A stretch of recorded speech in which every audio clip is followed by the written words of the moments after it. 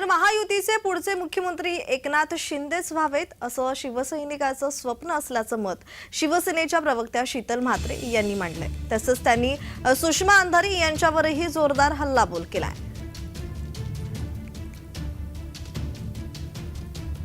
सर्व शिवसैनिकांच्या मनातली गोष्ट होती की महायुतीचा पुढचा मुख्यमंत्री हे माननीय एकनाथजी शिंदेच व्हावे।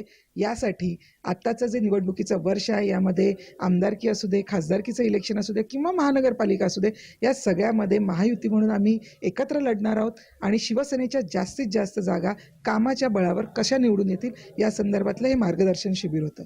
सुषमा अंधारे या कोण आहेत आम्हाला माहिती नाहीत, कारण आम्ही त्या शिवसैनिक तर नक्कीच नाही आहेत, कारण त्या शिवसेनेत मला वाटतं फार उशिरा आल्यात। अनेक पक्ष फिरत फिरत जशा येतात तशा त्या शिवसेनेत आल्यात आणि शिवसेना जेव्हा त्या आम्हाला शिकवण्याचा प्रयत्न करतात, ज्यांनी शिवसेनेसाठी गेले 18-18, 20-20 वर्ष ज्यांनी काम केलेलं आहे, मला वाटतं त्या एक करेल भाषण तर मिळेल राशन असं काम करणाऱ्या एक कॉन्ट्रॅक्ट भाषण देणारी बाई असावी असं मला वाटतं। त्याच्यामुळे त्यांना फार सिरियसली घ्यायची गरज नाही आहे, कारण शिवसैनिकांना शिवसेना काय आहे शिकवण्याची किंवा शिकण्याची कोणाकडूनही गरज नाही आहे।